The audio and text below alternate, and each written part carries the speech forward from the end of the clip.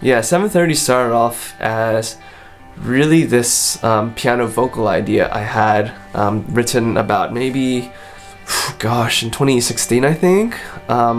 Really, the idea came in a time where, for me anyway, I was going through this long distance relationship thing, and I remembered I was just at the piano, and I was just playing, and I don't know what I was doing. I think I was waiting to go somewhere, and I remember just thinking of like these lyrics came to mind, just thinking about the whole relationship and everything, and just this idea of waiting. In the chorus it talks about, they say good things will come to those who wait, but no one said how painful it is to wait. And I think the song talks about that idea. It kind of not necessarily challenges that ideal of, we all hear that phrase, all good things will come to those who wait, and blah blah blah blah, like you have the patience and stuff like that.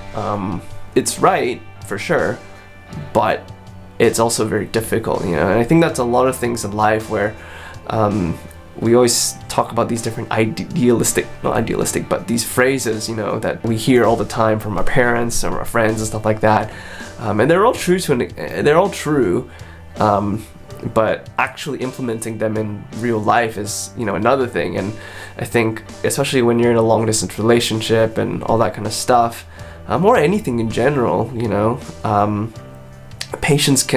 having patience in a situation is difficult, and really being able to act that out or live that out in real life is very difficult. So the song kind of talks about that. And yeah, it was one of those songs that kind of came together really quickly, like 5 minutes, and I just, quickly set up, plugged in my piano and got a microphone and recorded basically the demo, really, where I just played the piano and sang the song. And what you hear now in the recording is, as far as the chorus vocals, that's the demo vocals that I recorded right then and there.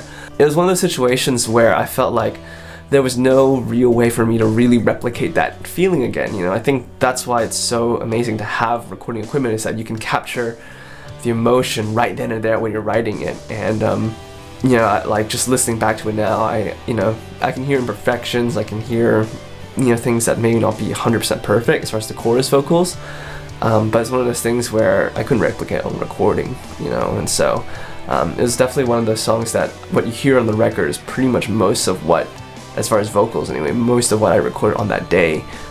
Everything else, originally was more piano driven, and then later down the track anyway, I kind of wanted to make it a little more guitar driven. I originally was gonna put it on a future up and coming release, which you guys will find out soon, or at least in the near future.